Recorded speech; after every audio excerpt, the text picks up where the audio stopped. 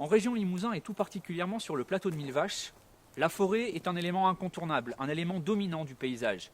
Il est pourtant difficile d'imaginer qu'il y a encore 50 ans, la forêt qui nous entoure n'existait pas. Ces arbres ici, qui ont été plantés par la main de l'homme, arrivent aujourd'hui à maturité. Et du coup, c'est toute une économie qui existe et qui s'est mise en place progressivement pour travailler cette forêt. Une forêt et des hommes, c'est le programme du 115e numéro du magazine du Plateau. Bonjour à tous.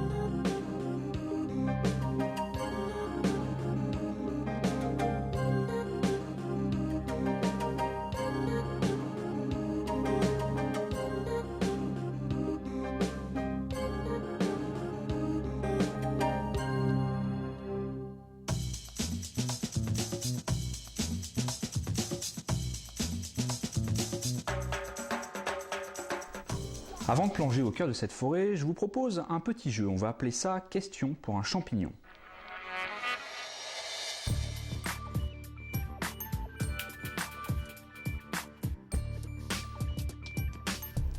À votre avis, sur le plateau, la forêt couvre 13%, 33%, 51% ou 68%?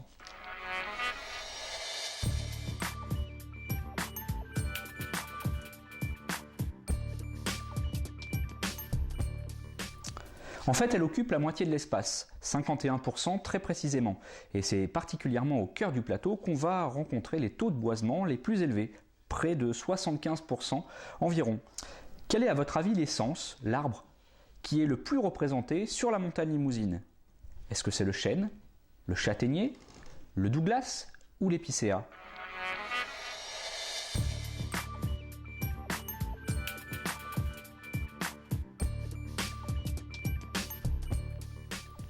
Je suis sûr que beaucoup d'entre vous ont répondu le douglas ou l'épicéa. Eh bien, sachez que c'est le chêne qui est présent à 26% ici sur la montagne limousine et qui représente donc la première essence au niveau de notre forêt. Ensuite, le douglas, lui, est en troisième position derrière l'épicéa et le pin sylvestre qui sont à égalité. Le châtaignier, quant à lui, n'est présent que sur les bordures, au-dessous de 500 mètres environ. Dernière question. Il existe ici sur le plateau une forêt publique qui couvre une superficie relativement importante. Est-ce que vous avez une idée d'où peut se trouver cette forêt publique? Est-ce à Meymac, à Trégnac, à Jansiou ou à La Courtine?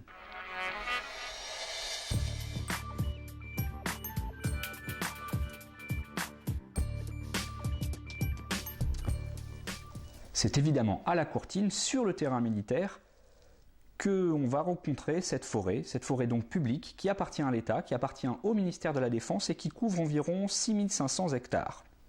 Bon, je suis désolé, il n'y a rien à gagner, peut-être simplement la possibilité de regarder le premier reportage de ce magazine. Et nous allons suivre pour cela François Didolo. Il travaille au CRPF à Limoges. Il est également membre de la commission forêt, ici dans le cadre du parc naturel régional de Millevaches. Avec lui, nous avons essayé d'en savoir un petit peu plus sur la mise en place de cette forêt. Un aménagement qui, vous allez le voir, s'est fait par étapes depuis 1945 jusqu'à nos jours. Nous sommes donc après l'intervention de Marius Vazeille. Reportage.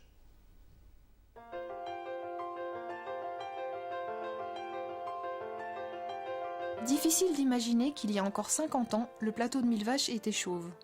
En un demi-siècle, ces paysages se sont complètement transformés, la forêt occupant progressivement l'espace que l'agriculture n'occupait plus.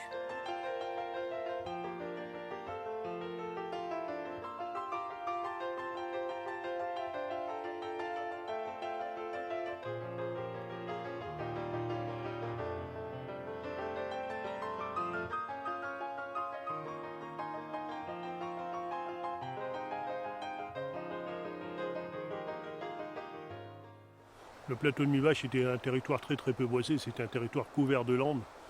C'était avec effectivement, on se retrouvait ces landes à bruyères qui étaient sur les hauts, qui correspondaient à des communaux, qui correspondaient à des sectionaux. C'était des parcours à moutons avec des bergers. Avec l'accélération de l'exode rural après la guerre, de grandes surfaces, autrefois entretenues par les paysans, se retrouvent à l'abandon.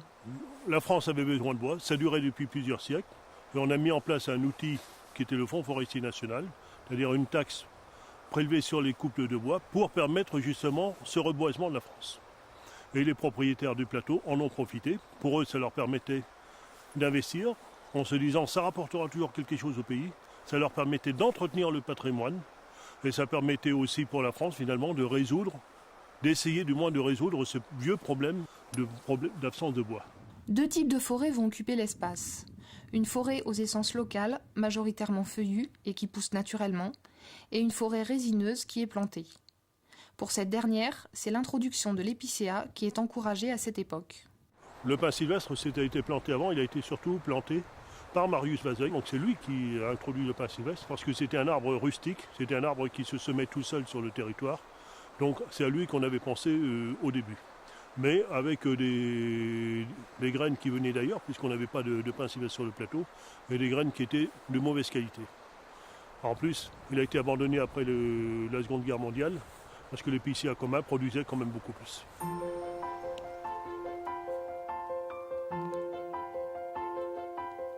Après les plantations, il y a eu une grosse révolution, ça a été la disparition des eaux et forêts, avec la création d'une part de l'Office national des forêts, qui s'est trouvé l'héritière spirituelle des eaux et forêts, avec notamment la gestion des forêts domaniales, donc c'est-à-dire appartenant à l'État. Et d'autre part, la création de quelque chose qui n'existait pas jusqu'ici en France, c'est-à-dire les centres régionaux de la propriété forestière, qui ont eu pour fonction de développer et orienter la production forestière.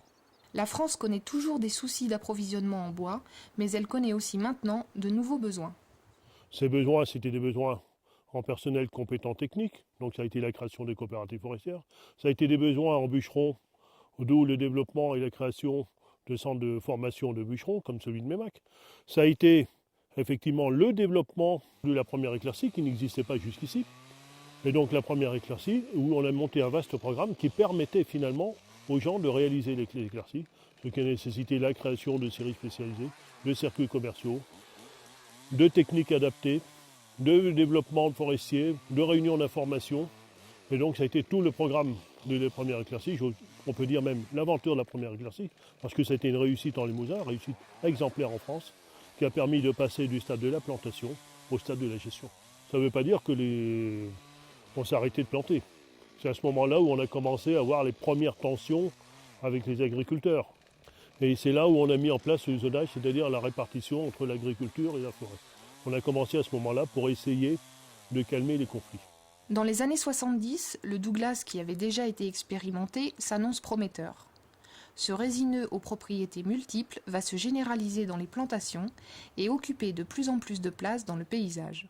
Bon, ce qui est très net ici, à partir de ce point de vue au-dessus de Tarnac, c'est la dominance de la forêt. Mais cette forêt, quand on regarde bien, il y a des résineux, comme ici, mais on voit aussi de nombreux feuillus.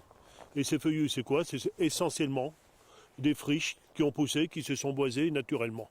Donc ça, c'est le premier élément fort de ce paysage, c'est que même si on n'avait pas planté, on aurait eu de toute façon de la forêt.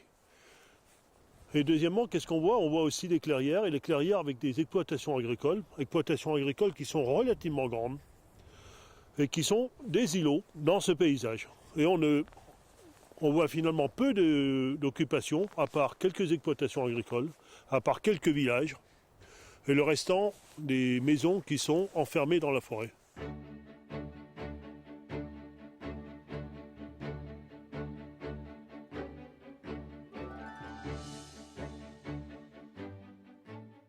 « 1982, c'est la tempête des 6 et 7 novembre 1982.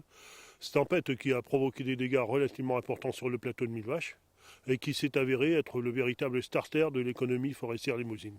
Donc c'est là où effectivement on peut parler de filière bois avec le développement des scieries, le développement d'exploitation forestière, la création de routes pour permettre l'exploitation en forêt et ainsi de suite.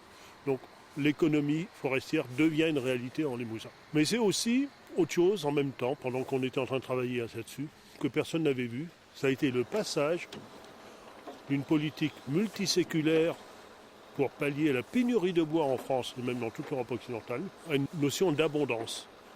situation qui n'avait pas de précédent historique chez nous. Et ça, c'était une véritable nouveauté. C'est-à-dire que pour la première fois, la France satisfaisait ses besoins en bois. Bon, la tempête, ça a d'abord été une émotion considérable. Émotion considérable parce que les routes étaient coupées, les arbres étaient tombés, parce que tous les propriétaires du plateau se sont sentis concernés par ces tempêtes, soit qu'ils étaient touchés directement, soit que la famille était concernée par ça. Alors la tempête, ça voulait dire du bois tombé par terre, des volumes importants dont on n'avait pas l'habitude jusqu'ici, ce qui montre d'ailleurs que la forêt était une réalité sur le plateau, est toujours une réalité.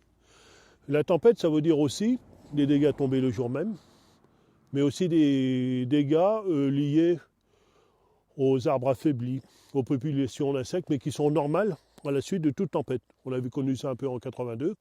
Et à chaque fois qu'on a vu ça en Europe, pendant ces 80 dernières années, on a vu des pullulations d'insectes, donc si j'ose dire, c'est normal. Alors la tempête, ça veut dire aussi donc des surfaces détruites. Bon, alors voilà. Surface donc à reconstituer. Donc il y a eu des replantations, comme ici. Il y a aussi des propriétaires qui n'ont pas replanté. En fait, ce qui se passe, c'est que la tempête a révélé les évolutions des comportements, mais il ne les a pas fondamentalement modifiés. Cette tempête ouvre des paysages, des points de vue, et du coup fait émerger des changements de comportement. Les propriétaires vont davantage être sensibles aux paysages qui les entourent. Aujourd'hui, cette forêt s'inscrit comme un élément paysager majeur, mais représente aussi bien d'autres atouts pour le parc qui voit le jour. Le parc, c'est aussi la possibilité de rassembler les gens autour d'un projet qui soit une dynamique de pays. De façon à ce que cette forêt qui est venue à la suite du départ de l'agriculture soit bien la forêt du parc. Et ça veut dire aussi qu'on a des souhaits de projet, c'est-à-dire de faire en sorte que le bois énergie puisse contribuer aussi à l'entretien du territoire. Ça veut dire aussi que nous aimerions qu'il y ait une dynamique entre agriculteurs et forestiers pour une bonne gestion d'espace. C'est-à-dire déjà, si on arrive très concrètement, on parlait tout à l'heure des villages enfermés, à trouver des solutions où par le biais d'échanges, par le biais d'incitation, on dégage les maisons qui sont fermées en hiver, mais en accord avec les gens. On ne peut pas faire contre. En accord avec les gens, donc arriver à ça. Si on peut arriver aussi à avoir des signalétiques, c'est-à-dire avoir des panneaux, des affichages, des flèches, avoir une architecture bois-pierre qui concilie la tradition du territoire et la modernité finalement aussi de ce territoire, ce jour-là, on aura bien avancé. Alors ici, sur le plateau de Millevaches, il existe depuis 1957 un lycée qui forme des jeunes, justement venus de toute la France, au métier de la forêt. Christophe, bonjour. Bonjour, Sébastien. Vous êtes professeur, enseignant ici au lycée forestier de Meymac. Il y a environ 3000 élèves qui ont suivi une formation justement au métier de la forêt. Vous faites partie de ces élèves puisque vous avez été élève vous-même ici à Meymac et puis maintenant vous êtes enseignant. Voilà. Ici on est sur un chantier, on est en plein travaux pratiques. Absolument. Vous êtes professeur de travaux pratiques. Oui. Que font les élèves là actuellement? Eh bien, globalement, alors ce que je disais, bon, c'est un chantier là qui nous sort un petit peu de la forêt, donc c'est un petit peu particulier puisque là on est en train de faire un petit peu un aménagement paysager pour tout ce qui est, enfin pour le ATP d'Égletons. Et donc, alors, ils ont un petit peu de mal souvent à se déconnecter du milieu forestier, mais c'est très important pour l'avenir. Quels sont les types de métiers que vont faire les élèves qui sortent ici de Meymac? C'est assez vaste, hein. Mais dans la globalité, ça va être tout ce qui concerne les métiers d'exploitation forestière, les métiers donc comme ceux-ci là de reboisement, donc c'est plutôt tout ce qui est sylviculture. On peut très bien aussi, selon la formation que l'on a choisie, être commis de coupe ou être technicien de la forêt privée en coopérative, donc le champ d'action est assez vaste, hein. Alors aujourd'hui, la forêt a évolué en 50 ans. Est-ce que les formations ont évolué également? Absolument, oui, puisque depuis peu, là, donc, on a retransformé le cycle BEVA Bac Pro, hein, qui se fait sur 4 ans en tout, hein, avec beaucoup plus de mécanisation, puisque la mécanisation, même si elle est présente depuis quelques années en France, a vraiment explosé depuis la tempête de 99, et donc on a une grosse demande aussi de la part des élèves dans ce domaine-là. Alors c'est une formation qui intéresse particulièrement les garçons. Oui. Est-ce qu'il y a des filières où il y a des filles qui s'intéressent au métier de la forêt? Oui, alors on les retrouve plutôt dedans, je dirais que c'est plus les têtes pensantes, hein. Donc on les retrouve plutôt au niveau BTS ingénieur. Malheureusement, on en a peu en VEPA Bac Pro, mais on est preneur. Bien au contraire. Alors on va aller retrouver justement quelques-uns des élèves qui sont en train de travailler ici. Vous me suivez? On va aller leur poser quelques questions. Pas de problème.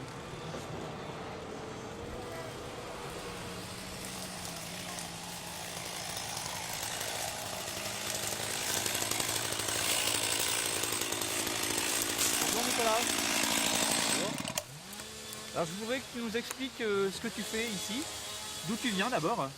Tu es originaire de quelle région? Je viens d'Alsace, dans le Haut-Rhin, du côté de Mulhouse. Et donc ici on fait une plantation. On a replanté parce que pour protéger de la vue le chantier qui se trouve derrière. Et puis là on enlève tout ce qui est ronces et genêts, tout ça. C'est souvent que vous faites des travaux comme ça, des travaux pratiques, vous allez sur le terrain, Eh ben, c'est essentiel de toute façon. Ouais, on a entre minimum un jour de TP par semaine, puis des stages collectifs comme cette semaine, où on travaille toute la semaine sur le chantier.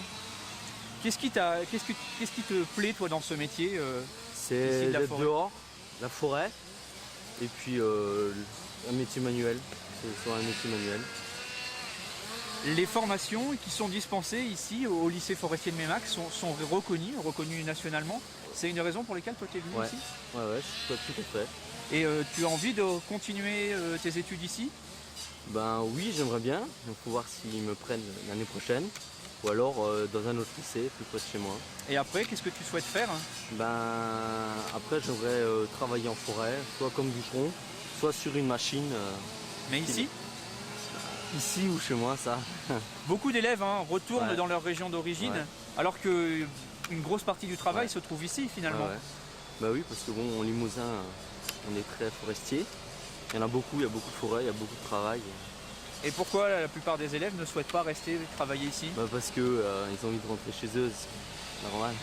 C'est normal. Bon, alors je te laisse travailler. Bon courage. Merci Nicolas. Merci. À bientôt.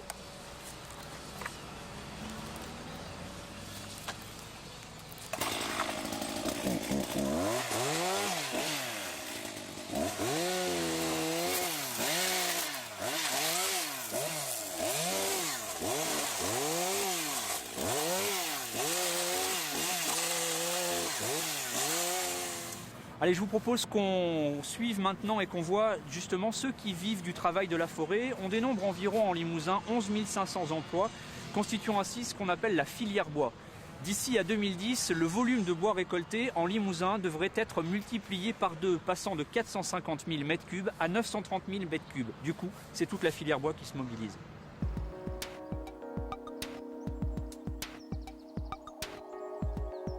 Plantée après la guerre, cette forêt essentiellement résineuse arrive aujourd'hui à maturité.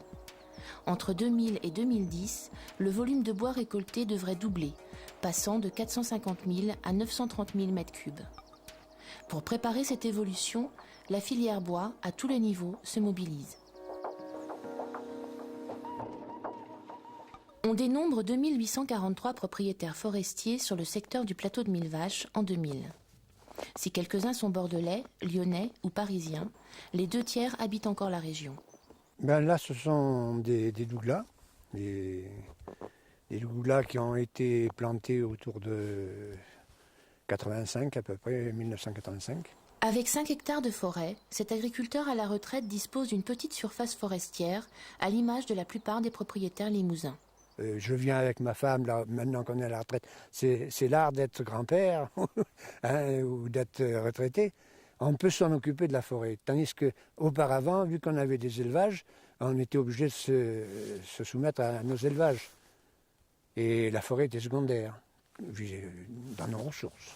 Pour la plupart des propriétaires, posséder une forêt est une façon de transmettre un patrimoine à ses enfants. C'est aussi s'assurer un revenu complémentaire. Ah oui, c'est une assurance pour les coups durs. Parce que bien souvent, maintenant avec la sécurité sociale, ça s'est peut-être amélioré, bien que ça se détériore un petit peu en ce moment. Mais enfin, pendant longtemps, on n'a pas été assuré. Et c'était, disons, l'assurance de nos aînés. Normalement, pour vous donner un ordre de grandeur, on doit terminer, je crois, autour de 300 douglas à l'hectare. Et le mètre cube de douglas valait avant la tempête autour de 500 à 550 francs mètre cube. Alors, si vous mettez, mettons que 2 mètres cubes par douglas, vous avez tout le compte, quoi. Afin d'obtenir le meilleur rendement de leur forêt, de plus en plus de propriétaires font aujourd'hui appel à une coopérative. Il en existe 3 sur le secteur de la montagne limousine qui participent à la commercialisation du bois. Géprobois, CAFSA et la CFBL. Éric Payot travaille à la coopérative forestière Bourgogne-Limousin. Il est chargé de conseiller et d'accompagner la gestion de la forêt de ses clients. Après, nous avons des contacts avec des entrepreneurs, sous-traitants, avec qui nous travaillons à l'année, avec qui aussi nous avons des contrats cadres qui permettent de définir les conditions de travail et pour toute une année. Et nous mettons en œuvre ces mêmes entrepreneurs pour réaliser les travaux d'exploitation. Alors là, en l'occurrence, c'est une éclaircie où on enlève tous les arbres qui sont mal conformés, qui sont dominés, pour permettre aux arbres plus intéressants de se développer et ainsi de croître dans de bonnes conditions. C'est une entreprise de Clairavaux, en Creuse, qui assure les travaux d'éclaircie sur cette parcelle de 9 hectares, à partir de machines abatteuses très performantes. De fait, ça porte la filière bois limousine au premier rang national, puisque c'est une filière qui est réactive, qui est capable très rapidement de mobiliser du bois. Le quotidien des contacts que nous avons avec les industriels nous montre qu'un jour ils ont besoin du 2 mètres et puis un autre jour ils ont besoin de 3 mètres. Eh bien, cette réactivité-là, on l'a tout à fait avec la mécanisation, même en termes de fraîcheur. C'est-à-dire que très rapidement le bois est coupé, il est transporté, amené aux industries de transformation dans des délais qui sont maintenant de l'ordre de 3-4 jours. Ce qui était complètement délirant à concevoir il y a une dizaine d'années où on avait plutôt des délais d'approvisionnement de 2 mois, voire 3 mois. Décembre 1999. En quelques heures, ce sont près de 15 millions de mètres cubes de bois qui vont se retrouver au sol en Limousin, soit 8 années de récolte. Ce phénomène catastrophique va révéler les faiblesses de la filière, obligeant tous les acteurs à revoir leur fonctionnement et à travailler en réseau. Pour évacuer rapidement le volume de bois issu de la tempête, la mécanisation de la forêt va se révéler indispensable. Au sein de la filière, beaucoup d'entrepreneurs de travaux forestiers vont se spécialiser dans l'abattage. En Limousin, ce sont aujourd'hui 75 abatteuses. On en comptait 35 avant la tempête. Je crois qu'une abatteuse aujourd'hui, un gars qui tourne en imposte, représente à peu près, il y a des chiffres qui se contredisent, représente à peu près le travail de 10 bûcherons. Pourtant, tous n'ont pas investi dans ce type de matériel. Olivier Lemort a créé son entreprise en 1989. Basé à Sornac, il continue avec ses 2 ouvriers à travailler à la main.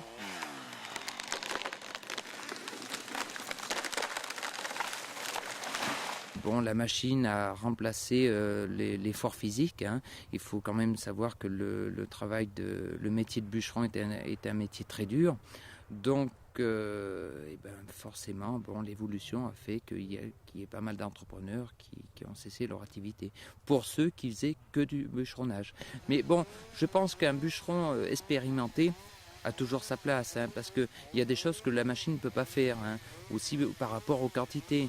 Bon, les arbres délicats, les arbres dangereux, là, il nous faut un vrai bûcheron. Donc à partir de là, il peut à certains endroits avoir sa place. Il peut aussi travailler en accompagnement avec la machine.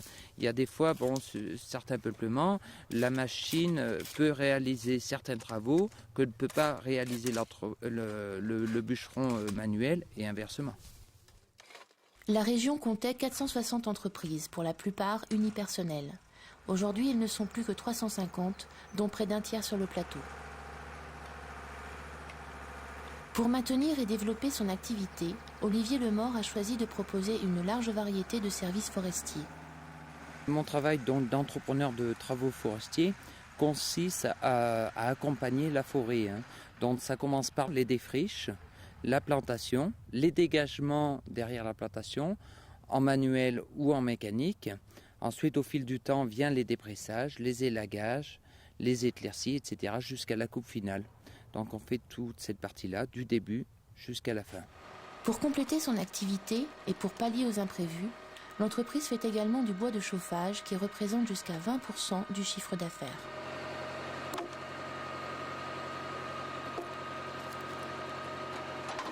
Regroupée en syndicat depuis seulement 1996, les exploitants de travaux forestiers tentent aujourd'hui de faire entendre leur voix dans un marché de plus en plus concurrentiel et européen. Le marché du bois, c'est globalement sur l'année 2003, 38% de notre commercialisation en local, donc sur la région Limousin, 40%, voire un petit peu moins sur le national, et le restant, une trentaine de pourcents, 25% sur l'export, donc Espagne et Italie. Pour les bois qui restent en France, ils partent pour l'essentiel vers les grandes zones de transformation du bois, la Normandie, la région centre. Installés sur des aires de stockage, aménagés pour beaucoup après la tempête, les bois sont acheminés pour l'essentiel par camion, comme ici à Buja, où 60 000 m3 de bois sont stockés.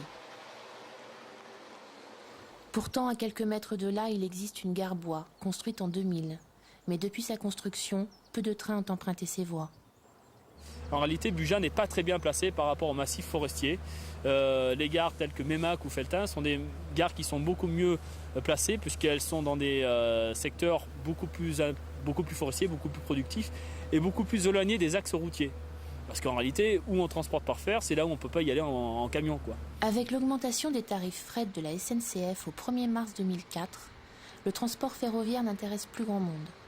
Du coup, c'est le report d'un trafic sur un réseau routier peu adapté dans la région, avec la circulation de camions en augmentation sur nos petites routes sinueuses. La partie des bois qui restent sur place se retrouve en Syrie. On en dénombre une trentaine sur le plateau, dont la plupart sont des petites unités familiales. Les grosses entreprises se situent en bordure du territoire, près des grands axes de communication. C'est le cas de Creux-Sillage à Felletin, qui compte 46 salariés. Le nombre de scieries en France, dans les Limousin aussi, a diminué, mais la production a augmenté quand même. D'où à cause du perfectionnement, des améliorations dans les machines, dans la transformation. Pour être compétitif dans un marché européen et pour faire face à l'augmentation du potentiel forestier, beaucoup de scieries se sont modernisées.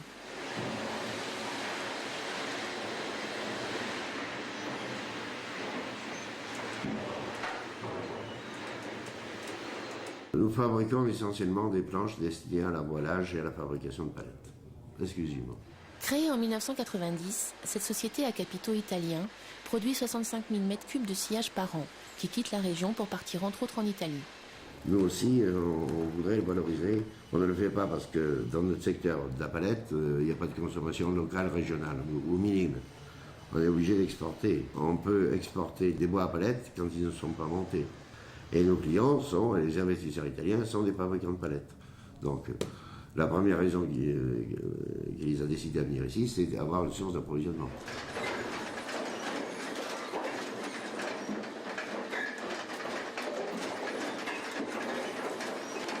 Pour créer davantage de valeur ajoutée, certaines entreprises du plateau ont misé sur la construction de maisons en bois, un secteur en plein développement qui fait de la région Limousin une des premières de France dans ce domaine.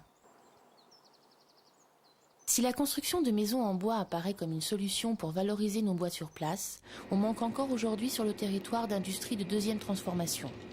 Aujourd'hui, les arbres arrivent à maturité, les plantations de l'après-Seconde Guerre mondiale arrivent à maturité. On a donc des pousses qui ont 40, 50 ans. Et il est prévu, à un horizon de 10 ans, une forte croissance de la récolte et de la ressource disponible. Et donc l'enjeu est très important puisque nous nous trouvons dans la position où nous sommes fournisseurs d'une matière première et nous devons nous adapter, la région doit s'adapter pour transformer cette matière première, générer de l'emploi, fixer de la main-d'œuvre sur son territoire et générer de la valeur ajoutée, c'est-à-dire transformer sa ressource en produits commercialisables et en produits industriels de façon à apporter de la richesse sur le territoire. Il existe sur le territoire de grosses entreprises de transformation à Bourganeuf, Émoutier, Égletons ou encore à Ussel où sont présentes deux grosses unités Polyray qui fabriquent des panneaux de particules et Isoroy qui fabrique des panneaux de fibres. Sur le site d'Ussel, nous sommes 140 personnes. Ces 140 personnes travaillent pour la très grande majorité sur un rythme de poste 5-8, c'est-à-dire 7 jours sur 7. Et nous sommes sur 3 créneaux de marché, si je puis dire, qui sont d'une part la fabrication du panneau de base, c'est-à-dire la fabrication de panneaux de fibre MDF. Donc c'est un panneau de fibre avec une densité qui est comprise entre 700 et 850, 900 kg par mètre cube. Nous avons une deuxième activité qui est la fabrication de panneaux de revêtement stratifié mélaminé. Et ces panneaux de revêtement stratifié mélaminé sont utilisés pour la fabrication de revêtements de sol stratifiés que l'on trouve dans tous les GSB, grandes surfaces et magasins spécialisés de distribution de ce type de produits. À Ussel, l'usine utilise exclusivement des déchets de scierie du secteur et des rondins d'éclaircie des forêts de la montagne limousine. Dans les maillons de la filière bois, il est important de compléter ces maillons par les opérations suivant les étapes de scierie. Donc il est important d'aller vers du séchage. Le séchage étant une façon d'offrir aux clients un produit d'une qualité plus constante et en évitant de transporter de l'eau. Mais il faut également aller sur de l'aboutage, sur du rabotage, sur du ponçage, de façon à offrir une palette, à offrir une gamme de produits prêts à être utilisés pour se développer vers la deuxième transformation beaucoup plus fortement, c'est-à-dire la fabrication de meubles, la fabrication de charpentes et le développement de maisons bois. La filière bois du Limousin est à l'image de sa forêt, jeune et en plein développement.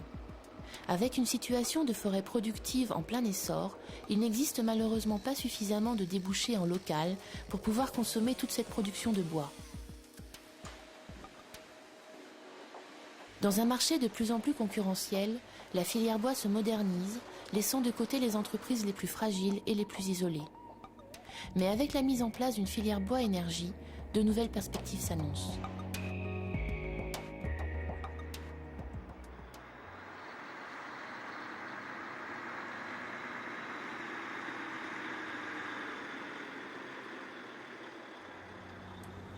Alors on va évoquer maintenant un autre aspect de la filière bois, c'est le bois énergie. C'est vrai qu'actuellement, cette filière est en train de se développer. Je vous présente Bernard Tissandier. Bernard, bonjour. Vous êtes un petit peu le monsieur bois énergie ici sur le secteur. On est ici à Felletin où s'est mis en place un gros projet, un projet innovant il y a quelques années, il y a un an, avec la cogénération. Est-ce que vous pouvez nous expliquer ce principe-là qui est la cogénération ? Alors la cogénération, c'est un projet type industriel. Donc le bois énergie, j'espère que nous en parlerons, mais ne se limitera pas à un aspect industriel. Il y aura tout un aspect domestique qu'on développera. Là, c'est effectivement le projet qui va très certainement servir de vitrine au bois énergie dans notre région, voire au bois énergie sur le plan national, puisque des cogénérations bois de cette importance, c'est la première. Ici, donc, le projet prévoit de consommer à peu près 180 000 m3 de bois par an, ce qui correspond aujourd'hui pratiquement à la consommation de la plus grosse scierie limousine en matière de résineux. Alors qu'ici, on va consommer bien sûr du résineux et du feuillu, des produits connexes de scierie essentiellement, puisque vous savez que depuis 2000, les scieries sont tenues de recycler elles aussi leurs produits, ou alors elles ne peuvent plus les mettre en décharge sauvage, comme ça s'est fait pendant, je dirais, pratiquement un siècle. Alors ces sciures, tous ces produits connexes de scierie qu'on voit là, à quoi vont-ils servir ici ? Alors ici, ils vont servir à deux choses.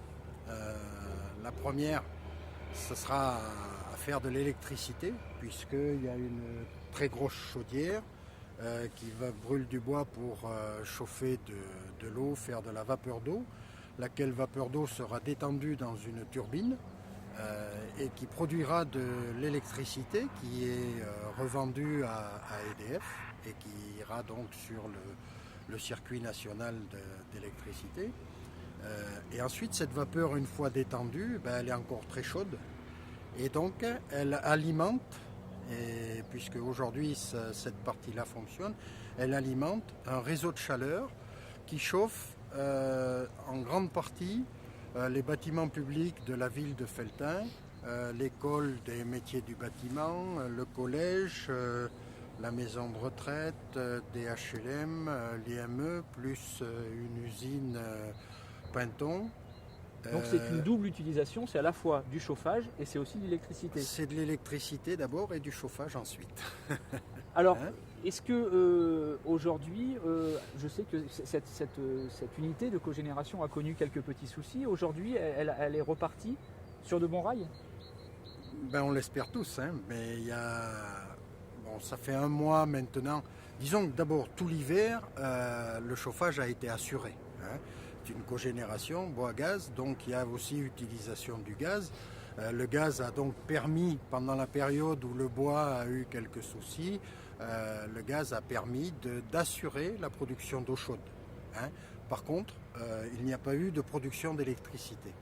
Maintenant, la chaudière bois est à nouveau en route et donc il y a la chaudière gaz est arrêtée, bien évidemment. Aujourd'hui, la chaudière, la production d'électricité n'est pas vraiment repartie. Elle doit repartir normalement dans les 10 jours, puisque c'est une chaudière de conception américaine et les Américains viennent mettre les dernières touches au niveau des réglages la semaine prochaine. Donc là maintenant tout est prêt pour que la chaudière redémarre plein pot sur la production d'électricité, tout en continuant, comme elle le fait aujourd'hui, à produire l'eau chaude pour assurer le service public qui a été prévu dans cette unité. Alors cette unité utilise donc, on le comprend en voyant tout ce qu'il y a derrière, les sciures, les écorces, mais ce sont des matières premières qui sont également utilisées dans les industries de deuxième transformation par ceux qui font du panneau de trituration. Je pense par exemple à Isoroi qu'on a vu à Ussel. Est-ce qu'il n'y a pas concurrence dans ces matières au niveau de l'approvisionnement entre les industries de transformation qui font du panneau de trituration et vous qui faites du bois énergie? Non, moi je dirais qu'il n'y a pas concurrence, il y a complémentarité. D'abord parce que les usines de panneaux utilisent essentiellement des sciures et ensuite des copeaux ou du bois trituré, alors qu'ici on utilise des sciures bien sûr, mais en mélange avec des écorces. Et donc j'estime que c'est plus complémentaire que concurrent. D'autre part, il faut savoir que les productions de sciures, d'écorces et de plaquettes de scierie au niveau de la région ont des débouchés, mais ces débouchés sont quasiment à saturation. Donc toute nouvelle unité par exemple qui viendrait serait tout à fait contente d'avoir un débouché supplémentaire. Alors effectivement ici on est sur un site où on a une utilisation industrielle du bois énergie, mais le bois énergie c'est également un chauffage individuel, c'est aussi de l'autoconsommation pour certaines entreprises. On a parlé d'Isoroi tout à l'heure, Isoroi utilise ses déchets pour fournir sa propre énergie. Ça c'est des enjeux, des choses qui sont à développer pour cette filière bois énergie. Il y a effectivement des projets industriels, il y a des chaufferies ensuite d'une capacité moindre qui ont un aspect industriel et qui s'adressent souvent à des collectivités publiques comme à Bourganeuf, comme à Saint-Léonard, comme à Égletons, comme à Neuvic. Tout ça ce sont des projets moyens qui utiliseront des produits connexes mais un petit peu plus élaborés. Là c'est le produit connexe brut de scierie. Déjà dans les chaufferies type Bourganeuf ou Égletons, il faudra un produit connexe préparé, exprès pour ces chaufferies, parce qu'elles ne peuvent pas le consommer brut de scierie. Mais pour moi, le plus gros enjeu restera la mise en place d'une filière vraiment d'approvisionnement en bois énergie pour toucher tout ce qui est chauffage individuel et donc économiser beaucoup de pétrole et utiliser le bois qu'on a dans la région. Et il n'y a aucune raison que ce bois-là ne puisse pas être utilisé pour le chauffage. Par contre, il demande une préparation, bien évidemment, puisqu'il faudra un taux d'humidité garanti et une granulométrie qui correspondent aux chaudières type chauffage individuel. Et donc, il faut que les gens puissent, au niveau des pages jaunes, trouver 3-4 entreprises susceptibles de les approvisionner, comme on l'a aujourd'hui avec le fioul. Il faut que ça se mette en place au niveau du bois. On est encore quand même en retard en Limousin pour ce qui est justement de la question du bois énergie par rapport à la fois à d'autres régions mais par rapport à d'autres pays en Europe. On est en retard par rapport à d'autres pays, ça c'est évident, puisque dans les pays scandinaves, le chauffage au bois est monnaie courante. Mais on est en retard en France par rapport à des régions qui ont beaucoup moins de bois que nous, comme par exemple Poitou-Charentes, qui a une filière bois énergie pour petit chauffage qui est bien développée, alors qu'en Limousin on a le bois, qu'eux n'ont pas, et nous on n'a pas développé la filière. Donc il y a encore beaucoup de travail et beaucoup de pain sur la planche. Merci beaucoup en tout cas. Merci beaucoup de nous avoir renseignés sur ce sujet-là. Je vous propose maintenant qu'on quitte un petit peu la forêt. On va découvrir les dernières nouvelles brèves du mois. Ensuite, on ira retrouver Aline Piccaroni qui travaille au pôle interrégional bois. À tout à l'heure. Merci Bernard. La pipe. Voilà.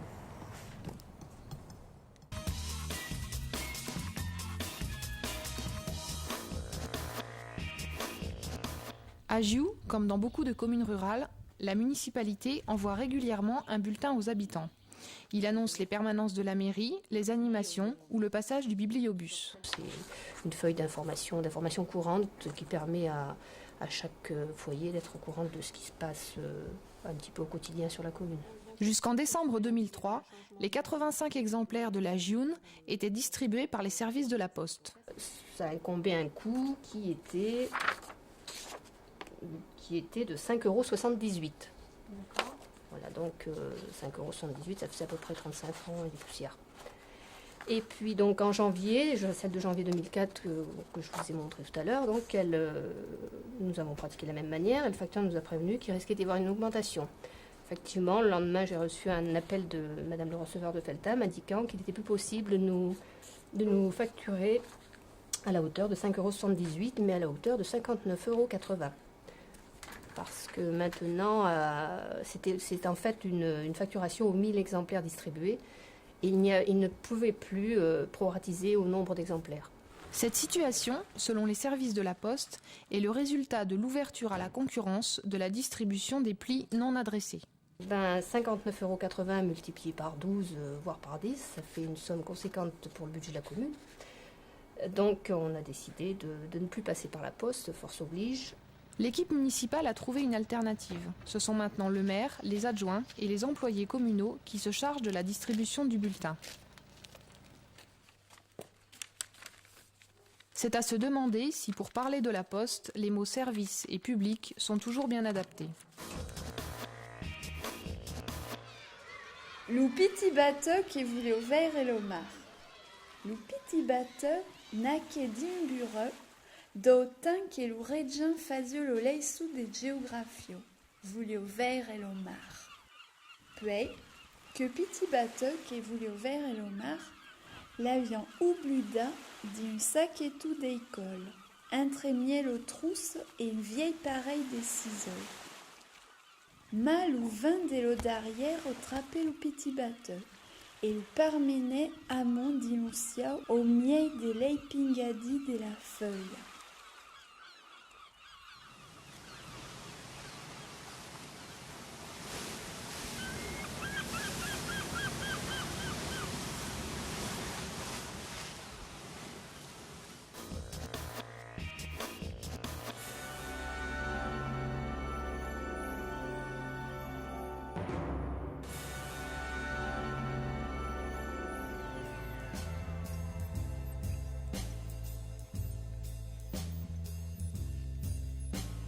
Alors, ce sont deux artistes chinois, Yingqi et Zhang Gao.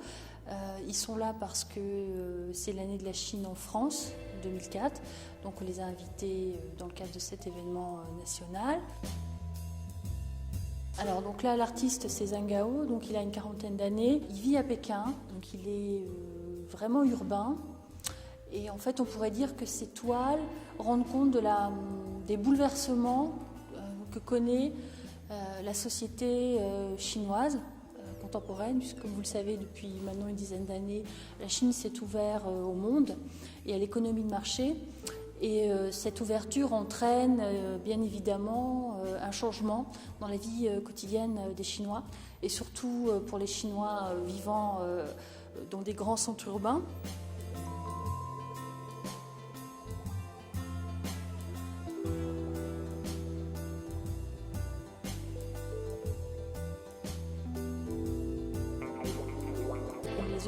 qu'on voit là sur ces toiles, les personnages qu'on voit représentés sur ces toiles, sont des objets et personnages issus d'images, de magazines essentiellement, qui en fait retransposent dans l'espace du tableau. Donc c'est une manipulation en fait d'images dans le tableau. Donc en fait ça renvoie à la manipulation que les objets issus de la société de consommation exercent sur les consommateurs.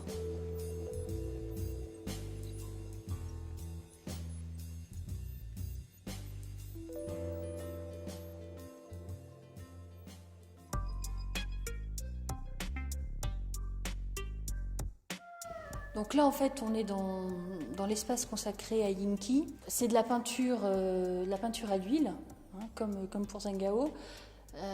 La différence, c'est que Yinki, lui, traite la peinture comme un matériau, hein, avec une spatule, en fait. Là, on voit les motifs qu'il crée et qui donnent du relief à la toile. C'est-à-dire qu'en fait, il met une couche supplémentaire de peinture à l'huile et avec une spatule, il va la malaxer, la contraindre.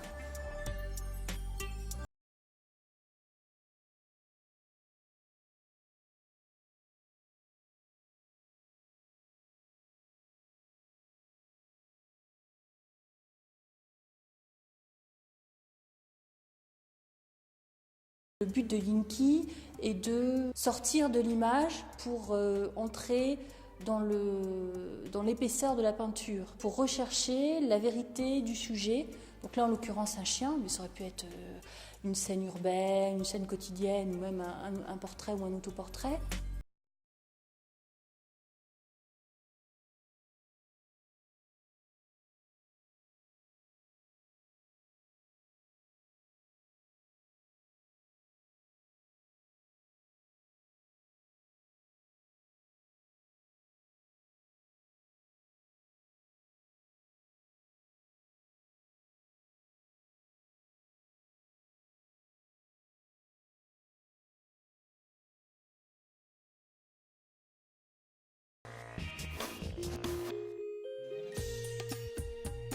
En septembre, nous faisions un reportage sur les aménagements réalisés à la tourbière du Long-Géant.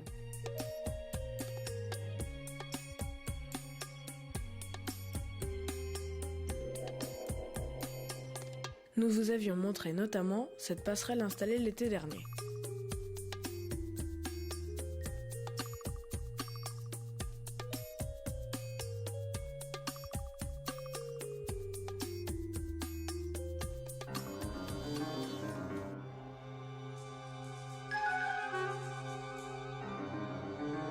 Cette passerelle a disparu. Il y a des voleurs qui font preuve de courage et de détermination. On vient de le voir, la filière bois est un des piliers de l'économie locale, de l'économie régionale. Je vous présente Aline Piccaroni. Bonjour Aline. Bonjour. Vous travaillez au pôle interrégional bois, oui. qui est basé à Tulle. Oui. Est-ce que vous pouvez nous expliquer ce que c'est que cette association ? Oui. Alors l'association, c'est une association qui regroupe les entreprises de la première et de la deuxième transformation du bois sur l'espace central et qui a pour objectif en fait de pouvoir générer une activité industrielle pour valoriser la ressource bois qui est en forte expansion et également qui a pour objectif de créer de la valeur ajoutée sur cette zone-là. Comment est née cette idée justement de créer quelque chose autour de la filière pour qu'elle se développe ? Comment est née l'idée de développer cet outil ? Alors au départ, je pense que c'est les pouvoirs publics qui ont eu cette volonté de fédérer et de structurer la filière dans un but de création d'activités. Et ensuite, ça a été concrétisé, si je peux dire, par la création d'associations qui est un regroupement des entreprises. Alors, en quoi consiste réellement la mission du pôle interrégional bois ? Alors, la mission de l'association du pôle interrégional bois, c'est de proposer divers services, diverses actions à destination des entreprises afin de favoriser leur développement vers lors de leurs projets d'investissement, d'exportation, de formation, de leur proposer en fait et de les accompagner pour favoriser ce développement. Alors, concrètement, les gros travaux, les enjeux. Alors pour les cette gros filière, travaux, il y a les travaux concernant la structuration avec je dirais avec la création d'un observatoire économique, avec la création également de fichiers des entreprises pour mieux les connaître, un accompagnement et un soutien lors des projets, notamment en relation avec le développement des zones d'activité, des plateformes logistiques. C'est aussi un programme de formation continue qui va être mis à disposition des entreprises, un appui lors de leur désir de recherche pour investir, pour innover. Et puis également un appui technique avec par exemple un programme de formation, un programme de réunion d'information sur des thèmes divers, sur le sillage, sur le séchage, des choses comme ça. Comment se fait-il que cette association soit basée à Tulle alors que le massif forestier et beaucoup d'entreprises sont basées ici sur le plateau ou en bordure du plateau de Millevaches? Je crois que l'association soit basée à Tulle, c'est une chose parce que c'est assez central peut-être, Tulle par rapport à la zone qui comporte quand même 6 régions, enfin tout ou partie et 23 départements. Ensuite, il y a beaucoup d'activités du pôle bois qui ne sont pas à Tulle. Il y a des zones d'activité qui sont réparties pour l'instant sur l'ensemble du Limousin. Et il y a beaucoup d'actions, je dirais, c'est un peu à moi d'aller vers les entreprises. Ce n'est pas les entreprises qui viennent à Tulle. Très bien. Bon. Écoutez, merci beaucoup Aline. Merci. On va maintenant donc quitter la forêt. On va donc se retrouver le mois prochain pour un autre numéro, un autre magazine du plateau. D'ici là, portez-vous bien. Au revoir, à bientôt. Salut. Au revoir.